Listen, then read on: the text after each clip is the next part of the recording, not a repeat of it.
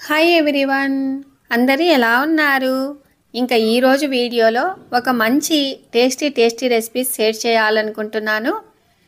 మన ఇంటికి సడన్గా చుట్టాలు వచ్చినప్పుడు చాలా రుచిగా, సింపుల్గా, అది కూడా కుక్కర్లో వెజ్ బిర్యానీ ఎలా తయారు చేసుకోవాలి, అలాగే వీటిలోకి కాంబినేషన్గా రైతా, అలాగే హోటల్ స్టైల్ గ్రేవీ ఎలా తయారు చేసుకోవాలి, అలాగే నా చీరల కలెక్షన్ ఏంటి అనేది ఈ వీడియోలో షేర్ చేస్తున్నాను. ఫస్ట్ అయితే పొడి పొడిగా ఉండేటటువంటి వెజ్ బిర్యానీ తయారు చేసుకుందాము. నేనైతే మామూలుగా బఠానీలను నానబెట్టుకుంటాను కదా, వీటిని ఫ్రిడ్జ్లో స్టోర్ చేసుకున్నానండి. కాబట్టి కొంచెం ముందుగా తీసేసుకొని ఒక బౌల్లో వేసుకొని ఇలాగ నీళ్లు పోసి నానబెట్టేసుకున్నాను. ఇంకా ఆ తర్వాత ఒక 2 కప్పుల బిర్యానీ రైస్ తీసుకున్నాను. వీటి ప్లేస్లో బిర్యానీ రైస్ లేనప్పుడు మామూలు రైస్తోనైనా కూడా హ్యాపీగా చేసేసుకోవచ్చు. ఇంకా ఇప్పుడు వీటిని కడిగే విధానము ఇలాగ పిసికినట్టుగా కాకుండా జస్ట్ ఇలాగ అనేసి ఒక 2-3 సార్లు కడిగితే సరిపోతుంది. మనము ఎక్కువసేపు నానకుండా జస్ట్ ఒక 5-10 నిమిషాలలో మనము చేసుకునే విధంగా నానబెట్టుకోవాలి. ఇంకా ఆ తర్వాత వీటిలోకి వెజిటబుల్ బిర్యానీ కాబట్టి మన ఇంట్లో ఉన్నటువంటి కూరగాయలు ఏవైనా కూడా కొంచెం పెద్ద సైజులో ఇలాగ కట్ చేసేసుకోవాలి. నేనైతే క్యారెట్, బీన్స్, అలాగే ఆనియన్స్, పచ్చిమిర్చి, టమాటా ఇలాగ కట్ చేసుకున్నాను. ఇంకా వీటిలోకి బిర్యానీ మసాలా ఎలా తయారు చేసుకోవాలి అంటే, మామూలుగా మీరు ఎక్కువగా చేసుకునే పాటైతే ఇక్కడ చూపించినటువంటి ఇంగ్రీడియంట్స్ అన్నీ సమానం కొలతలతో తీసుకోవాలి. ఒకవేళ 100 గ్రామ్స్ తీసుకున్నారనుకో అన్ని 100 గ్రామ్స్ అలాగా తీసుకొని మనం పొడి కొట్టి పెట్టుకుంటే సరిపోతుంది. ఇంకా ఆల్రెడీ మసాలా దినుసులు అంటే అందరికీ తెలిసినదే కదండి. చెక్క, లవంగ, యాలుక, రాతి పువ్వ, మరాఠీ మొగ్గ, అలాగే జాజికాయ, జాపత్రి ఇలాగా మసాలా దినుసులన్నింటినీ ఈ విధంగా ఒక మిక్సీలో వేసేసుకొని ఇలాగ మెత్తగా పట్టుకోవాలి. చాలా మందికి డౌట్ అండి, ఈ మీది మిక్సీ గిన్నె చిన్నగా లేదు, అటు పెద్దగా లేదు, మీడియం సైజుగా ఉంది కదా, ఇలాగా జీలకర్ర పొడి ఇవన్నీ మెత్తగా అవుతాయా అని అడుగుతూ ఉన్నారు. చక్కగా మెత్తగా అవుతున్నాయండి. చూడండి, మెత్తగా అయింది కదా పొడి. ఈ పొడి వేటిలోకైనా కూడా ఉపయోగించుకోవచ్చండి. చాలా అంటే చాలా మంచి సువాసన వస్తుందన్నమాట. ఇంకా ఇప్పుడైతే నేను ఈ పొడిని ఒక బాక్స్లో వేసేసుకొని పక్కకు పెట్టేసుకున్నాను. ఇంకా ఆ తర్వాత వెజిటబుల్ బిర్యానీ తయారు చేసుకోవటానికి ఇలాగ ఒక కుక్కర్ను తీసేసుకొని నాకు తగ్గట్టుగా 6-7 టేబుల్ స్పూన్ల ఆయిల్ వేసేసి, ఆయిల్ బాగా కాగిన తర్వాత ఒక స్పూను షాజీరా వేసేసి ఆ తర్వాత బిర్యానీ ఆకు వేసేసాను. ఆ తర్వాత ఇలాగ ఆనియన్స్ని కోసగా కట్ చేసి అందులో వేసేసాను. ఇంకా ఇప్పుడు ఇవి కొంచెం కలర్ చేంజ్ అయ్యేంత వరకు వేయించుకున్న తర్వాత కొంచెంగా జీడిపప్పు ఇలాగా వేసేసి జీడిపప్పు బాగా వేయించుకున్నాను. ఇంకా ఆ తర్వాత వీటిలోకి ఒక 4 పచ్చిమిర్చిని ఇలాగా సగంగా చీల్చి అందులో వేసేసాను. ఇంకా ఇవి కూడా కొంచెం బాగా వేగిన తర్వాత మనము కట్ చేసుకున్నటువంటి టమాటా ముక్కల్ని వేసేస్తున్నాను. ఇంకా ఇప్పుడు టమాటా ముక్కలు కూడా బాగా వేగిన తర్వాత ఇలాగా కొంచెంగా కరివేపాకు, వాటితో పాటుగా మనం కట్ చేసుకున్నటువంటి క్యారెట్ ముక్కలు, అలాగే బీన్స్, మీ దగ్గర ఉంటే క్యాలీఫ్లవర్ వేసుకోవచ్చు. ఆ తర్వాత పచ్చి బఠానీలు నానబెట్టుకున్నాను కదా, అవి కూడా అందులో వేసేసాను. పచ్చి బఠానీలను కూడా ఎలా స్టోర్ చేసుకోవాలి అనేది కూడా ఒక వీడియో చేశానండి. ఇంకా ఆ తర్వాత కొంచెం పెద్ద సైజులో ఆలూని ఇలాగా కట్ చేసి అందులో వేసేసాను. ఇంకా ఆ తర్వాత వీటిలోకి అల్లం వెల్లుల్లి పేస్ట్ కూడా వేసేసాను. ఇంకా ఇప్పుడు కొంచెం పచ్చి వాసన పోయేంత వరకు ఇలాగా కలియబెట్టిన తర్వాత మనకు ఎప్పుడైనా ముక్కలు అంటే కూరగాయ ముక్కలు తొందరగా మెత్తపడాలన్నా కాస్త ఉప్పు వేసేసుకోవాలి. సో నేనైతే 1 స్పూన్ ఉప్పు వేసేసాను. ఇంకా ఇప్పుడు ఒక్కసారి అలాగా బాగా కలియబెడుతూ ఉన్నాను. ఇంకా ఇప్పుడు కొంచెం మగ్గపెట్టుకున్న తర్వాత ఇప్పుడు చూడండి, ముక్కలన్నీ 50% వరకు బాగా మగ్గాలన్నమాట. అందులో మనకేంటంటే పూర్తి మగ్గపెట్టుకున్నామనుకో కుక్కర్లో చేసే పని కాబట్టి ఇలాగా 50% వరకు మగ్గపెట్టుకుంటే సరిపోతుంది. ఇంకా ఆ తర్వాత కొంచెంగా పుదీనా వేసేసాను. ఇంకా మనకు వీటిలో బిర్యానీ మసాలా మనం కొట్టి పెట్టుకున్నాం కదా, అది కాస్త వేసేసుకోవాలి. ఇంకా ఇప్పుడు ముక్కలకంతా ఈ మసాలా పొడి పట్టుకోవడం వల్ల బిర్యానీ అనేది మంచి రుచి వస్తుందండి.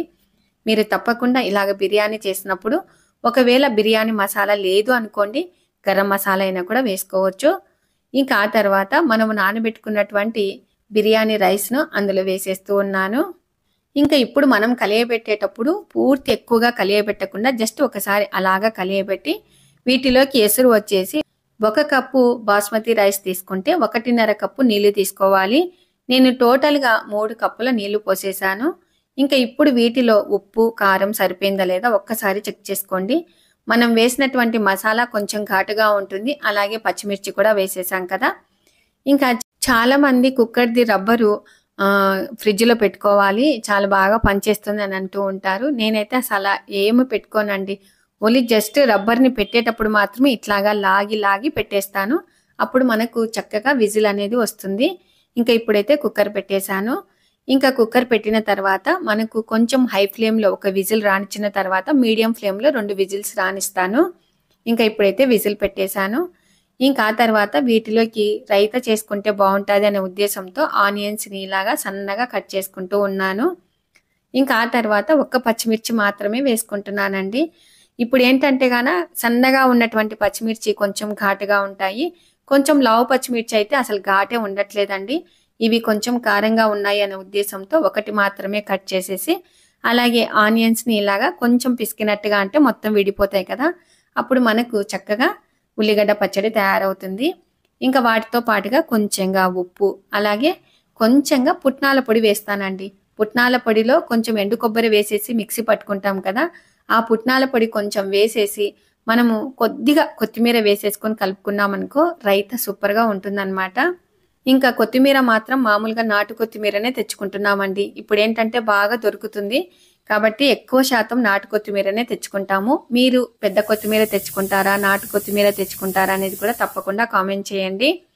ఇంకా ఇప్పుడైతే రైతా తయారైంది. చూసారా ఎంత బాగుంది కదా! ఇంకా ఆ తర్వాత విజిల్స్ వచ్చాయి. ఆవిరి కూడా పోయింది. ఇప్పుడు మనము వెజిటబుల్ బిర్యానీ ఎలా ఉంది అనేది చూద్దామండి. చూసారా? నిజంగా చాలా సింపుల్‌గా, ఈజీగా చేసుకోవచ్చు. మన ఇంటికి చుట్టాలొచ్చినప్పుడైతేనేమి, మనకు సండే స్పెషల్‌గా ఇలాగ చేసుకుంటే ఎంత బావుంటది కదా! లాస్ట్‌లో మాత్రం కొంచెం నిమ్మరసం పిండుతానండి. చాలా బావుంటుందనమాట. మీరు కూడా తప్పకుండా ట్రై చేయండి. ఇంకా ఆ తర్వాత కొత్తిమీర కూడా వేసేసి ఒక్కసారి అలాగా కలియబెడుతున్నాను. చూడండి ఎంత పొడి పొడిగా వచ్చింది కదా! కుక్కర్‌లో చాలా బావుంటదండి. చాలా సింపుల్‌గా 10 నిమిషాల్లో మనం తయారు చేసుకోవచ్చు. చూడండి ఎంత బావుంది కదా! కూరగాయలు కూడా మనం ఎక్కువగా మగ్గనివ్వకుండా 50% వరకు మాత్రమే మగ్గపెట్టి, ఇలాగా మనము మిగతా బియ్యం నానబెట్టుకుంటాం కదా! బాస్మతి రైస్ అందులో వేసేసి చక్కగా విజిల్ పెట్టేసుకుంటే సరిపోతుంది. మెయిన్‌గా బిర్యానీ మసాలా పొడి చాలా బావుంటదండి. అది కొట్టి పెట్టుకుంటే మనం వేటిలోకైనా కూడా వేసుకొని తయారు చేసుకోవచ్చు. చూడండి ఎంత బావుంది కదా! చూస్తూ ఉంటేనే తినాలనిపిస్తుంది కదండీ! నాకైతే చాలా అంటే చాలా ఇష్టమండి. మీకెంతమందికి వెజ్ బిర్యానీ ఇష్టమనేది తప్పకుండా కామెంట్ చేయండి. నాకైతే చాలా అంటే చాలా ఇష్టమండి. అసలు వీటిలోకి ఏ గ్రేవీ గూడా అవసరం లేదండి. అంత రుచిగా ఉంటుంది. జస్ట్ మనము ఉల్లిగడ్డ పచ్చడి వేసేసుకొని తినొచ్చు. అయితే మా వదిన అప్పుడే ఫోను జేసిందింది. మా వదిన వాళ్ళకి హోటల్ ఉందనమాట బేదంచెర్ల. "ఏం చేశావు?" అంటే, "నేను వెజ్ బిర్యానీ చేశానక్క. ఇంకా వాటిలోకి రైతా చేశాను" అంటే, "అయ్యో! గ్రేవీ తయారు చేసుకో. ఎంత ఈజీగా తయారు చేసుకోవచ్చు. 10 నిమిషాల్లో తయారు చేసుకోవచ్చు" అని చెప్పేసినింది. నేను గ్రేవీ ఎలా తయారు చేసుకోవాలి, అది కూడా హోటల్ స్టైల్ ఎలా తయారు చేసుకోవాలి అనేది ఈ వీడియోలో షేర్ చేస్తున్నాను. ఫస్ట్ అయితే ఒక బాండీ పెట్టేసుకొని వాటిలో కొద్దిగా ఆయిల్ వేసేసుకొని కొంచెంగా ఎండు కొబ్బర వేసేసి కొంచెం వేగిన తర్వాత జీడిపప్పు వేసేసి జీడిపప్పు కూడా వేగిన తర్వాత లాస్ట్‌లో కొద్దిగా నువ్వులు వేశానండి. ఆ నువ్వులు వేసేసి వేయించి ఒక బౌల్‌లోకి తీసుకోవాలి. ఇంకా అదే బాండీలోనే కొంచెంగా నూనె వేసేసి ఇలాగ ఒక 2 మీడియం సైజ్ ఆనియన్స్ అలాగే ఒక 3 టమాటాలను తీసుకొని ఈ విధంగా వేయించుకోవాలి. కొంచెం అంటే ఒక 80% వరకు ఇలాగ వేయించుకోవాలి. ఇంకా ఆ తర్వాత మనకు వేయించుకున్నటువంటి మిశ్రమం చల్లబడాలి కదా! అంత లోపల ఇలాగ ఒక 2 మీడియం సైజ్ ఆనియన్స్‌ని ఇలాగ కట్ చేసి ఒక బౌల్‌లో వేసేసుకున్నాను. ఇంకా ఆ తర్వాత ఫస్ట్ మనకేంటి కొబ్బెర, జీడిపప్పు, నువ్వులు వేయించుకున్నాం కదా! అది ఒక మిక్సీ గిన్నెలో వేసేసి ఇలాగ మిక్సీ పట్టుకొనొచ్చాను. ఇంకా ఆ తర్వాత చల్లారిపోయినటువంటి ఆనియన్స్, టమాటాలు ఇందులో వేసేసాను. ఇందులో ఒక్క చుక్క కూడా నీళ్లు వేయకుండా ఇలాగ మిక్సీ పట్టుకోవాలి. సో, ఇప్పుడైతే నేను ఈ విధంగా మిక్సీ పట్టుకొనొచ్చాను. చూసారా? ఇలాగ మెత్తగా మిక్సీ పట్టుకోవాలండి. ఈ విధంగా మెత్తగా మిక్సీ పట్టుకోవటం వల్ల మనకు షేర్వా అనేది చాలా చక్కగా కుదురుతుందనమాట. చూడండి ఇలాగా మిక్సీ పట్టుకోవాలి. ఇంకా ఆ తర్వాత అదే బాండీలోనే కొంచెంగా ఆయిల్ వేసేసి మనకు స్టోరేజ్ చేసుకోవాలి గ్రేవీ అని అనుకుంటే కొంచెం ఆయిల్ ఎక్కువగా వేసుకోవచ్చు. ఆయిల్ బాగా వేడెక్కిన తర్వాత కొంచెంగా షాజీరా అలాగే ఒక బిర్యానీ ఆకు వాటితో పాటుగా ఇలాగా కోసగా కట్ చేసుకున్నటువంటి ఆనియన్స్ అలాగే కరివేపాకు ఇలాగ వేసేసి ఆనియన్స్ బాగా మంచి కలర్ వచ్చేంత వరకు వేయించుకోవాలి. అది కూడా మనము సిమ్‌లో పెట్టుకొనే వేయించుకోవాలండి. సో, ఇలాగా కొంచెం వేగిన తర్వాత ఒక 4 పచ్చిమిర్చిని ఇలాగా చీలికలు చేసేసి ఈ విధంగా వేసేసాను. ఇంకా ఆ తర్వాత మనకు ఆనియన్స్ తొందరగా వేగాలి అనుకుంటే కాస్త ఉప్పు వేసేసుకోవాలి. ఇంక ఇప్పుడు చూడండి బాగా వేగిపోయింది కదా! ఇలాగా వేగిపోయేంత వరకు మనం వేయించుకోవాలండి. షేర్వాకు మెయిన్‌గా ఆనియన్స్ బాగా వేయించుకుంటేనే మంచి రుచికరంగా ఉంటుందన్నమాట. చూసారా? ఇలాగా వేయించుకోవాలి. ఇంకా ఆ తర్వాత వీటిలోకి ఒక స్పూన్ అల్లం వెల్లుల్లి పేస్ట్ వేసేసి పచ్చివాసన పోయేంత వరకు వేయించుకోవాలి. డైరెక్ట్‌గా మనం ఆయిల్‌లో అల్లం వెల్లుల్లి పేస్ట్ వేసామనుకో కొంచెం అడుగంటుతుందండి. అలా కాకుండా ఆనియన్స్ బాగా వేగిన తర్వాత ఇలాగా అల్లం వెల్లుల్లి పేస్ట్ వేసేసి పచ్చివాసన పోయేంత వరకు ఇలాగా వేయించుకోవాలి. ఇంకా ఆ తర్వాత మనము మిక్సీ పట్టుకున్నటువంటి మిశ్రమము ఇందులోనే వేసేసుకోవాలండి. మెయిన్‌గా గ్రేవీకి ఆనియన్స్ బాగా వేయించుకుంటే మంచి రుచి అనేది వస్తుందన్నమాట.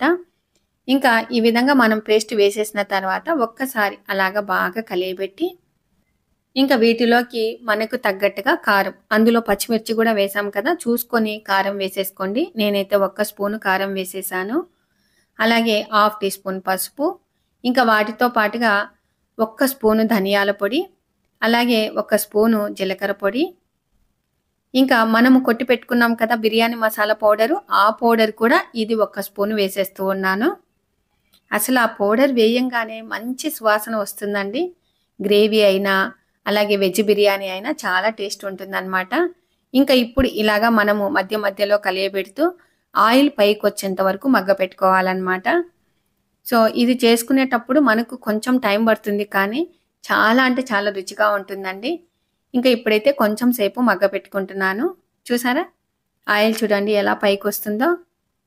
బాగా మగ్గపెట్టుకోవాలండి. అప్పుడు ఆయిల్ పైకొస్తుంది. ఈ గ్రేవీ మనము ఫ్రిడ్జ్‌లో ఎత్తి పెట్టుకున్నామనుకో, చక్కగా 20 రోజులైనా ఉంటుందండి. ఏ కర్రీ చేయాలన్నా కూడా, మనకి ఎలాంటి రెసిపీస్‌కైనా కూడా ఈ గ్రేవీ ఉందనుకో, హ్యాపీగా మన ఇంటికి చుట్టాలొచ్చారనుకో, సడెన్‌గా పన్నీర్ తెచ్చుకున్నాము. ఆ పన్నీర్‌ని కొంచెం వేయించి, ఈ గ్రేవీ తీసుకొని ఆయిల్ వేసేసి, గ్రేవీ వేసేసి, కొంచెం నీళ్లు పోసేసి, పులుసులాగా మనకు లూజ్‌గా చేసేసుకొని చక్కగా ఏవైనా కూడా వేసుకొని చేసుకోవచ్చండి. ఎగ్ కర్రీ చేసుకోవాలి. ఈ గ్రేవీ వేయండి. ఎగ్గు బాగా బాయిల్ చేసేసుకొని చక్కగా గ్రేవీ తయారు చేసుకోవచ్చు. ఇంకా ఇది మాత్రం మనం ఫ్రిడ్జ్‌లో పెట్టుకుంటే 20 రోజులైనా చెక్కు చెదరదండి. మా వదిన వాళ్ళు ఇలాగనే చేసి అప్పుడప్పుడు పెట్టుకుంటూ ఉంటారు.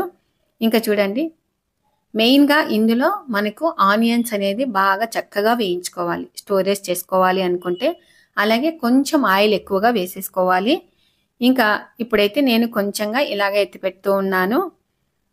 ఇంకా ఆ తర్వాత వీటిలోకి మనకు తగ్గట్టుగా షేర్వా చేసుకోవాలి కదా! అది కూడా మనం లూజ్‌గా చేసుకోవాలి కాబట్టి కొంచెంగా నీళ్ళు ఎక్కువగానే వేసేస్తూ ఉన్నాను.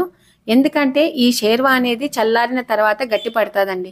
మనకి ఎప్పటికైనా షేర్వా అనేది గట్టి పడితే అది రుచిగా ఉండదనమాట. కొంచెం లూజ్‌గా ఉంటేనే బావుంటుంది. కాబట్టి నేను ఒక పెద్ద గ్లాస్‌తో నీళ్ళు ఇలాగ పోసేసి ఒక్కసారి అలాగా కలియబెడుతూ ఉన్నాను. మనము నీళ్లు పోసిన తర్వాత మళ్ళీ వీటిలో కాస్త ఉప్పు సరిపోయిందా లేదా చెక్ చేసుకుంటే సరిపోతుంది. చూడండి ఎంత బావుంది కదా! మనం వేటిలోకైనా అండి జీరా రైస్ చేసుకున్నా, పరోటా చేసుకున్నా, వెజ్ బిర్యానీ కానీ, నాన్ వెజ్ బిర్యానీ కానీ అన్నిటికి ఉపయోగపడతదండి. చాలా మంచి కాంబినేషన్ షేర్వా. అది కూడా హోటల్ స్టైల్‌లో మనం తయారు చేసుకుంటున్నాము. చాలా అంటే చాలా రుచిగా ఉంటుందండి. ఇంకా ఇప్పుడు కొంచెం సేపు ఉడకబెట్టుకుంటే సరిపోతుంది. వీటిలో మనము జీడిపప్పు, అలాగే నూగులు వేసాం కాబట్టి చల్లారిన తర్వాత గట్టి పడతాదండి. అలా కాకుండా కొంచెం లూజ్‌గా చేసుకున్నామనుకో సరిపోతుంది. ఇంక ఇప్పుడైతే నేను ఉప్పు, కారం చేస్తూ ఉన్నాను. సో, నాకైతే ఉప్పు తక్కువైందనే ఉద్దేశంతో మళ్ళీ కాస్త ఉప్పు వేసేసి కొంచెం సేపు ఉడకబెట్టుకుంటున్నాను. చూసారా? ఇలాగ బాగా మనం ఉడకబెట్టుకున్నామనుకో చాలా రుచికరంగా ఉంటుంది. ఎంతమందికి షేర్వా ఇష్టం అనేది కూడా తప్పకుండా కామెంట్ చేయండి. ఇంకా లాస్ట్‌లో కొంచెంగా కొత్తిమీర, వాటితో పాటుగా కసూరి మేతి కూడా వేసుకోవచ్చు. నేనైతే కొంచెం కొత్తిమీర మాత్రమే వేసేసాను. మీరు ఒకవేళ స్టోరేజ్ చేసుకోవాలి అని చెప్తుంది చూడండి కర్రీలో, వాటిలో మాత్రము కరివేపాకు గాని, కొత్తిమీర కానీ ఏవి వేయకూడదండి. నేను చెప్పినటువంటి ఇంగ్రీడియెంట్స్ మాత్రమే వేసేసి చక్కగా ఆయిల్ పైకొచ్చేంత వరకు మగ్గపెట్టుకొని స్టోరేజ్ చేసుకుంటే ఎన్ని వంటలైనా చేసుకోవచ్చండి. ఇంకా ఎప్పుడు కావాలంటే అప్పుడు షేర్వా చేయాలి అనుకోండి, కాస్త ఆయిల్ వేసేసుకొని, ఆ పేస్ట్ వేసేసుకొని, నీళ్లు వేసేసుకొని ఇలాగా లాస్ట్‌లో కొంచెం కొత్తిమీర వేసుకొని ఇలాగా చేసుకుంటే చాలా బావుంటుంది. ఇప్పుడున్న బిజీ లైఫ్లో ఇలాగా కొంచెంగా గ్రేవీ తయారు చేసి పెట్టుకొని మనం ఫ్రిడ్జ్లో పెట్టుకున్నామనుకో ఎన్ని వంటలైనా తయారు చేసుకోవచ్చు. ఇంకా ఆ తర్వాత చూడండి ఎలా వడ్డిస్తున్నానో. చూడండి ఎంత పొడి పొడిగా ఉంది కదా. వెజిటబుల్ బిర్యానీ చాలా అంటే చాలా రుచికరంగా ఉంటుందండి. తప్పకుండా ట్రై చేయండి. ఇంకా వాటిలోకి రైతా అయితేనేమి, అలాగే షేర్వా అయితేనేమి. చూడండి షేర్వా ఇలాగా ఉండాలి. కొంచెం చల్లారిన తర్వాత చూడండి ఎలా గట్టిగా అయిపోయిందో. ఇలాగనే ఉండాలండి. అప్పుడే మనకు చాలా బాగా రుచికరంగా ఉంటుంది. చూడండి ఎంత పొడి పొడిగా ఉంది కదా. ఎంతమందికి ఈ కాంబినేషన్ ఇష్టం అనేది కూడా తప్పకుండా కామెంట్ చేయండి. ఇంకా ఆ తర్వాత మొన్న షీనీడ్స్కి వెళ్ళాను కదండి. సో అక్కడ శారీస్ తీసుకొని వచ్చాను. అయితే నేను కాస్ట్లీలో తీసుకోలేదండి, ఎంగేజ్మెంట్ కదా, కాబట్టి నాకు తగ్గట్టుగా నేను చీరలు తెచ్చుకున్నాను. ఇంకా ఈ శారీ వచ్చేసి 4100 పడిందండి. వీటికి కాంబినేషన్ మాత్రము కాంట్రాస్ట్ మనకు ఎల్లో బ్లౌజ్ వచ్చింది. ఇంకా అలాగే ఈ శారీకి మాత్రము సేమ్ బ్లౌజే వచ్చిందండి. వీటి బ్లౌజులు స్టిచ్చింగ్కి అక్కడే ఇచ్చేసి వచ్చాను. ఇంకా మామూలుగా డైలీ వేర్కి ఒక 2 చీరలు మాత్రమే తీసుకున్నాను. ఒక్కొక్క చీర వచ్చేసి 600 పడిందండి. చూసారు కదండి ఇవాల్టి వీడియో. తప్పకుండా నేను చూపించినటువంటి రెసిపీస్ ట్రై చేయండి. ఎలా వచ్చాయో కామెంట్ పెట్టండి. ఇవాల్టి వీడియో మీకు నచ్చినట్లయితే లైక్ చేయండి, షేర్ చేయండి, సబ్స్క్రైబ్ చేయండి. Thank you for watching. Bye అండి.